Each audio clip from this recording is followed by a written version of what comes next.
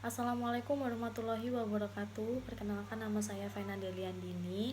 Saya merupakan mahasiswa dari Prodi PJJ Ilmu Komunikasi.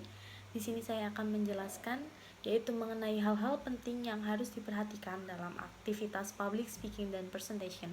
Meliputi apa saja? Yaitu pertama adalah aspek komunikasi verbal. Apa itu aspek komunikasi verbal? Yaitu meliputi kejelasan suara. Bagaimana kita menjelaskan kepada audiens dengan suara yang jelas, tidak bergema dan tidak cempreng. Lalu memilih vocabulary, komunikan tuh harus dapat memilih kalimat yang efektif. Apabila komunikan tidak efektif dalam penyampaian kata-kata yang tidak dimengerti nantinya oleh audiens, maka audiens ini nanti akan merasa bingung dan merasa gimana sih ini penjelasannya dari komunikannya, seperti itu. Lalu yang kedua ada aspek komunikasi nonverbal, yaitu meliputi komunikasi yang tidak menggunakan kata-kata tapi menggunakan bahasa tubuh seperti mimik wajah, gerakan tubuh, postur tubuh, atau tatapan mata. Bagaimana mimik wajah komunikan saat menjelaskan ke audiens, lalu gerakan tubuhnya menjelaskan ke audiens, lalu postur tubuhnya pada saat berdiri ataupun pada saat duduk, dan juga tatapan matanya. Lalu yang ketiga yaitu adalah aspek komunikasi, artikulasi, dan intonasi suara. Beberapa aspek yang perlu diperhatikan ketika melakukan public speaking, yaitu beberapa aspek diantaranya adalah intonasi, volume, speed, and pause. Yang pertama yaitu adalah intonasi. Intonasi merupakan tinggi rendahnya suara. Irama suara atau alunan nada ketika melakukan public speaking di hadapan komunikan, pastikan nada yang dipakai merupakan nada biasa sehari-hari ketika kita melakukan percakapan, agar komunikan merasa seperti diajak berkomunikasi secara intens. Hati-hati, yang perlu digarisbawahi adalah jangan sampai kita berbicara secara monoton agar komunikan tidak merasa bosan.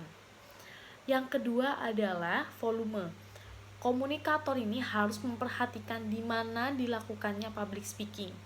Jika dilakukannya di ruang terbuka, maka komunikator harus menaikkan volume suaranya. Sebaliknya, apabila dilakukan di ruangan tertutup, maka komunikator harus bisa menyesuaikan volume suaranya.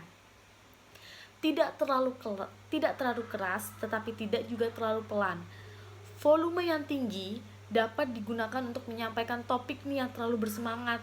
Nah, tapi untuk volume yang rendah dapat juga digunakan untuk menarik perhatian komunikan agar lebih memperhatikan nih apa yang sedang dikomunikator sampaikan. Lalu yang ketiga ada speed and pause, yaitu artinya kecepatan dan pause. Seorang komunikator harus memiliki kemampuan yang baik untuk mengontrol cepat atau lambatnya berbicara. Apabila komunikator berbicara terlalu cepat, maka komunikan akan sulit untuk menerima informasi yang diberikan. Selain itu, komunikan akan sulit juga nih menyimpulkan makna dari informasi tersebut nih apa ya kira-kira, seperti itu. Begitu pula sebaliknya, apabila komunikator berbicara secara lambat, maka komunikan akan cenderung jenuh nih ya, bosan nih ya, jadi kayak udah males ngedengerinnya atau males untuk kayaknya besok-besok gak ikutan lagi deh. Nah, seperti itu. Aspek yang keempat yaitu adalah aspek mengenal audiens. Mengenal audiens adalah salah satu pondasi utama yang menjadi penentu dari kesuksesan suatu acara. Nah, terdapat 3 aspek nih untuk mengenali audiens, yaitu analisis yang pertama adalah demografis, yang artinya bertujuan untuk mengetahui siapa sih yang Anda ajak bicara. Nah, seperti apa latar belakangnya, pendidikannya bagaimana, lalu posisi mereka pada suatu organisasi atau perusahaan itu bagaimana. Lalu yang kedua adalah aspek psikologis, yaitu bertujuan untuk mengetahui apa yang dipahami dan diyakini oleh audiens sebelum mengikuti suatu acara. Yang ketiga ada aspek kontekstual yang bertujuan untuk mengetahui bagaimana situasi yang akan Anda hadapi nantinya. Seperti contoh, mereka hadir itu secara sukarelawan atau kewajiban nih. Lalu kondisi ruangan dan peralatan apa saja yang digunakan.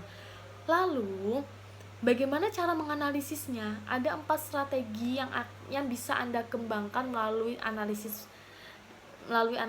yaitu melalui analisis pribadi atau mewawancarai langsung panitia atau audiensnya yang pada saat itu ada. Terima kasih.